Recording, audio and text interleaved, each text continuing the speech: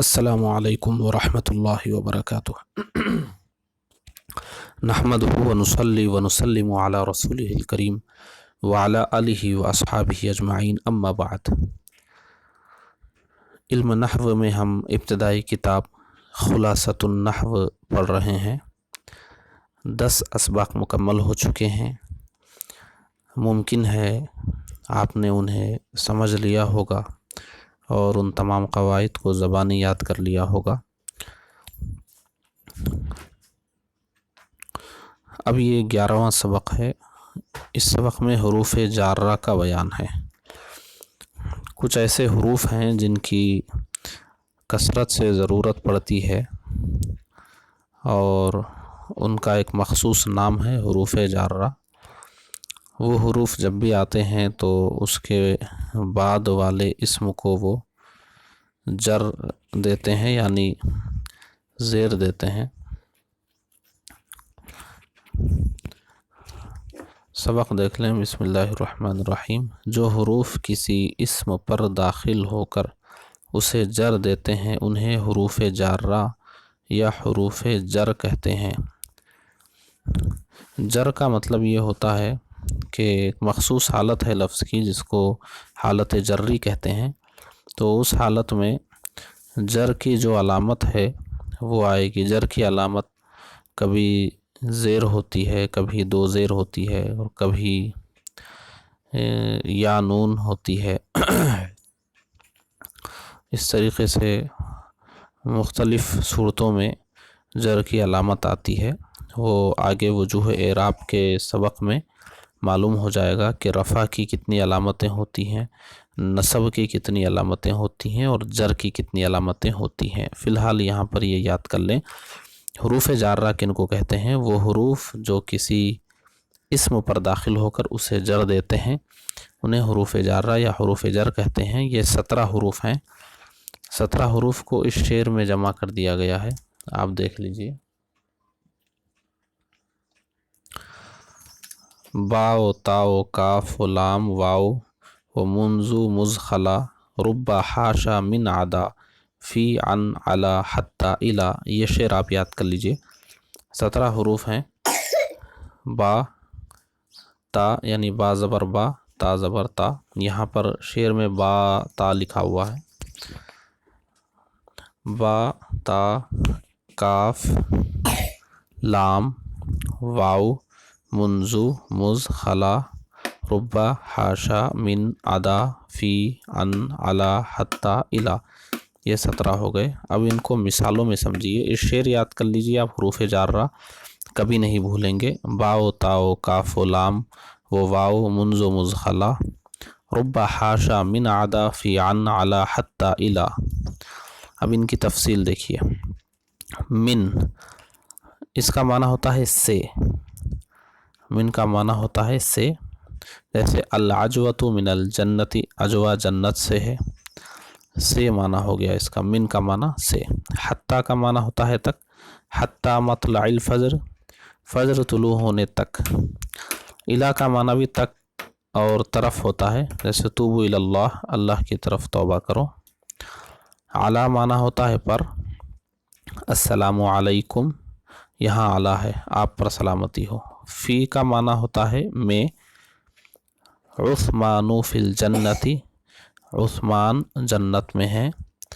عن کا معنی بھی سے ہوتا ہے، جیسے اجتنب عن المعاصی، معاصی معنی گناہ ہوتے ہیں، گناہوں سے پرہیز کر۔ بی، با زیر بی ہوتا ہے، اس کا معنی بھی سے ہوتا ہے، بسم اللہ، اللہ کے نام سے۔ کا، اس کا معنی ہوتا ہے طرح، زید کل اسدی، زید شیر کی طرح ہے۔ لی، اس کا معنی ہوتا ہے لیے، المال لزید، مال زید کے لیے ہے۔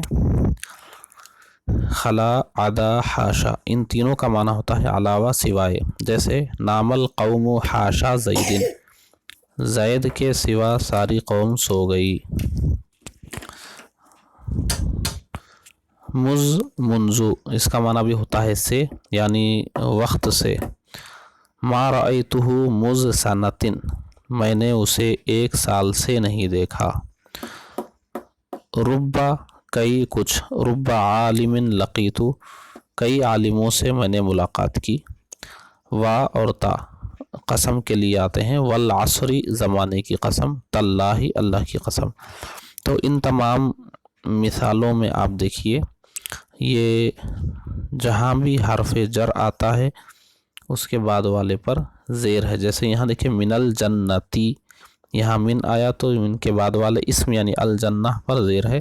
یہاں حتی مطلع، یہاں دیکھیں یہاں بھی زیر، اللہ یہاں بھی زیر، علیکم یہ جو ضمیر ہے یہ مبنی ہوتی ہے، یعنی یہ ہمیشہ ایسی رہے گی، اس کا اعراب نہیں بدلتا ہے۔ آپ معرب اور مبنی کا بیان پڑھیں گے کہ بعض الفاظ ایسے ہوتے ہیں کہ وہ ہمیشہ ویسے ہی رہتے ہیں، اس پر زیر زبر پیش کچھ بدلتا نہیں ہے۔ تو یہ کم بھی ایسا ہی ہے کہ ہمیشہ یہ کم ہی رہتا ہے، اس لیے اعلیٰ کی وجہ سے اس پر زیر نہیں آئے گا، علیکم ہم مان لیں گے کہ یہ حالت جری میں ہے۔ فی الجنتی یہاں بھی دیکھیں، عن المعاصی یہاں بھی دیکھیں، یہاں پر بھی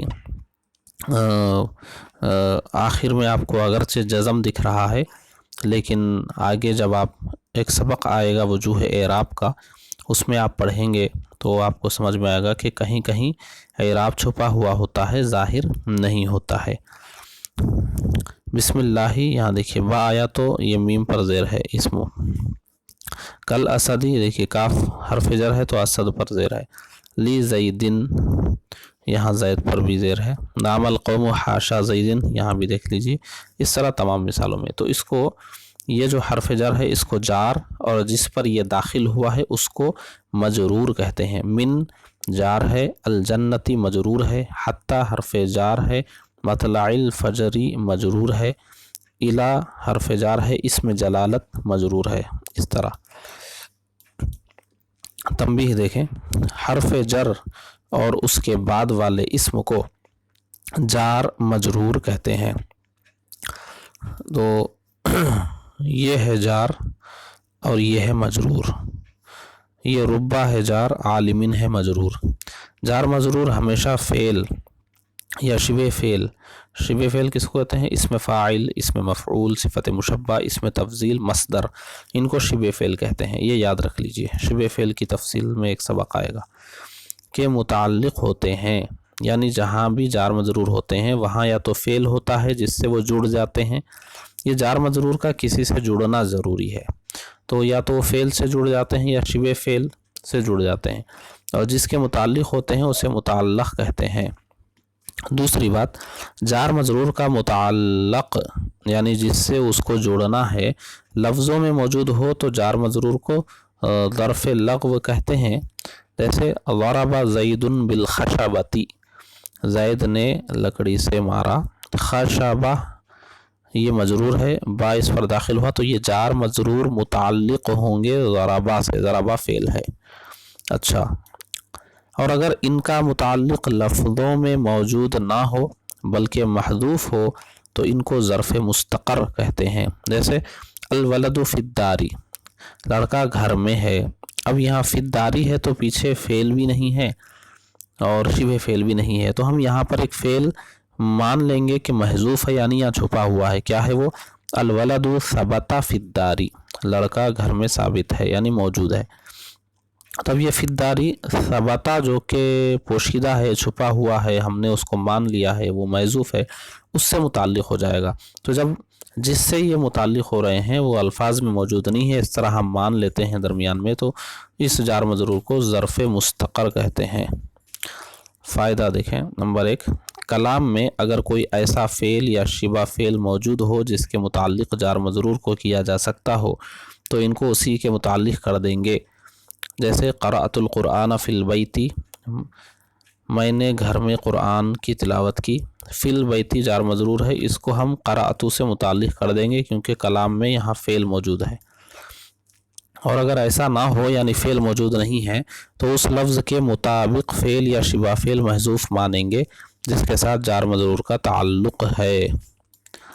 مثال کے طور پر جار مجرور اگر خبر کی جگہ واقع ہوں تو فعل یا شبہ فعل مبتدا کے مطابق محذوف مانیں گے، جیسے الرجل ثابت فی الدار، الامرأۃ ثابتۃ فی الدار، الرجل ثابت فی الدار۔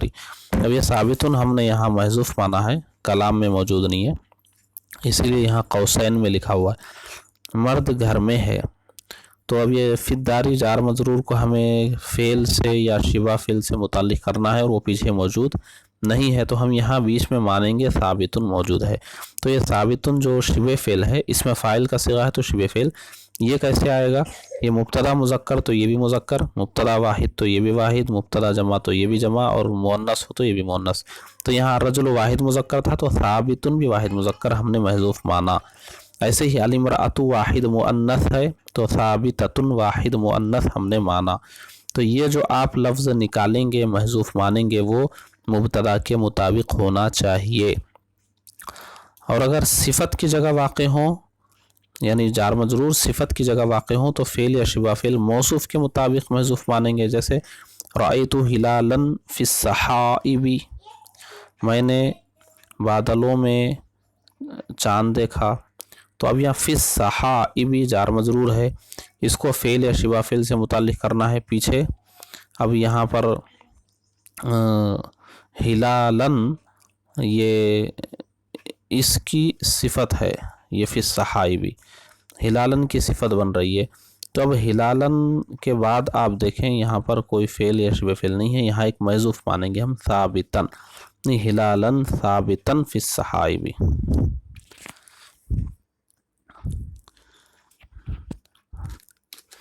اس میں بھی وہی بات ملحوظ رکھیں گے، ہلالن واحد مذکر ہے تو ثابتن بھی واحد مذکر ہم نے مان لیا۔ اگر یہاں تثنیہ ہو تو یہاں بھی تثنیہ مانیں گے، یہاں جمع ہو تو یہاں بھی جمع، اور یہاں مؤنث ہو تو یہاں بھی مؤنث۔ یہ سبق مکمل ہو گیا۔ یہ تمام قواعد آپ کو یاد کرنے ہیں، اور اس کی جو تمرین ہے یہ تمرین آپ کو بنانی ہے، اور تمرین بنا کر اس سبق میں ایک ہی تمرین ہے اور بہت ہی آسان ہے، آپ اس کو بنا کر بھیج دیں، اور سبق کے متعلق کو پوچھنا ہو تو درس گاہ میں پوچھیں گے۔ السلام علیکم ورحمۃ اللہ وبرکاتہ۔